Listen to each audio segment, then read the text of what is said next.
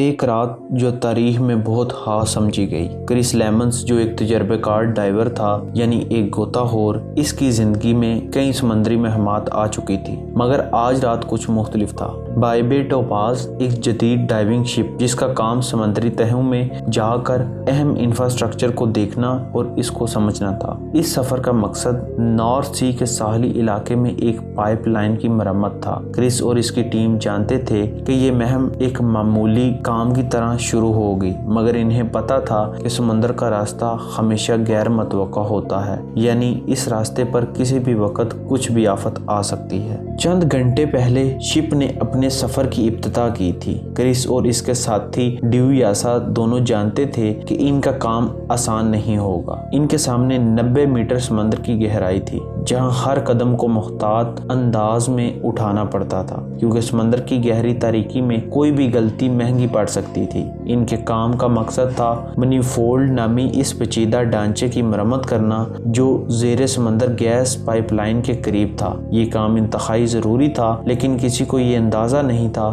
کہ یہ مہم ان کی زندگی کی سب سے بڑی آزمائش بن جائے گی۔ دونوں ڈائیورز اپنی تیاریاں مکمل کر کے ڈائیونگ بیل میں بیٹھ گئے۔ ان کے ساتھ شپ پر موجود ماہرین بھی ان کی نگرانی کر رہے تھے، لیکن ان کا کام اب سمندر کی گہرائی میں تھا، جہاں ہوا کا دباؤ، پانی کی سردی اور تاریکی ان کی حواس کو جھنجھوڑ کر رکھ دیتی تھی۔ کرس اور ڈیو کے لیے ایک نئی دنیا تھی اور وہ اس کا سامنا کرنے کے لیے تیار تھے۔ گہرائی میں پہنچنے کے بعد وہ پائپ لائن کے قریب پہنچے۔ ان کا مشن اس وقت تک بالکل ٹھیک چل رہا تھا، لیکن اچانک ایک ایسا واقعہ پیش آیا جو کسی نے بھی نہیں سوچا تھا۔ اچانک سے شپ کے اندر ایک الارم بجنے لگا۔ یہ کوئی معمولی الارم نہیں تھا، بلکہ یہ ڈائنامک پوزیشننگ سسٹم یعنی DPS کی خرابی کا تھا، جس کا مطلب تھا کہ شپ کا توازن بگڑ چکا تھا اور وہ اپنی پوزیشن سے ہٹ رہا تھا۔ یہ بات کافی پریشانی کا باعث بن گئی تھی، کیونکہ اس کا مطلب تھا کہ شپ میں موجود کیبلز اور دیگر آلات پر بہت زیادہ دباؤ آ رہا تھا۔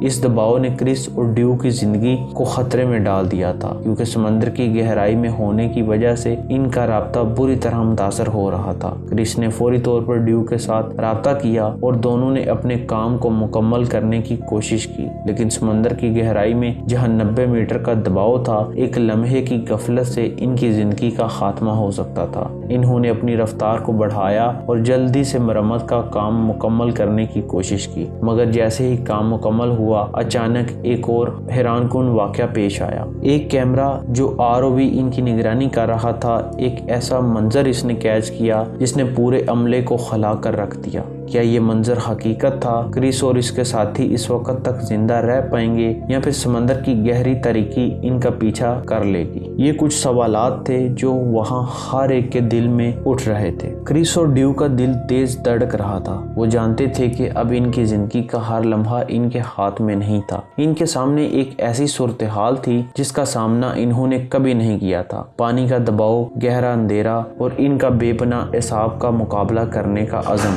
سمندر کی گہرائی میں کام کرنا ہمیشہ خطرے سے بھرا ہوا تھا، لیکن آج رات وہ اس سے بھی زیادہ پیچیدہ صورتحال میں پھنس چکے تھے۔ ان کے سامنے ایک لمحے میں سب کچھ بدلنے کا خطرہ تھا، لیکن یہ صرف کرس اور ڈیو کا معاملہ نہیں تھا، کیونکہ جب آپ کسی بھی سمندری مشن پر ہوتے ہیں تو پورا عملہ آپ کے ساتھ ہوتا ہے۔ اسی دوران شپ پر موجود دیگر ماہرین نے کہا کہ انہیں فوری طور پر شپ کو مستحکم کرنے کے لیے کچھ کرنا ہوگا، ورنہ اس کی پوزیشن مزید خراب ہو سکتی ہے۔ 1 گھنٹہ گزر چکا تھا اور کرس اور ڈیو ابھی تک مرمت کے کام میں جڑے ہوئے تھے۔ ان کے ذہن میں ایک ہی سوال تھا، کیا وہ اپنی زندگی بچا سکیں گے؟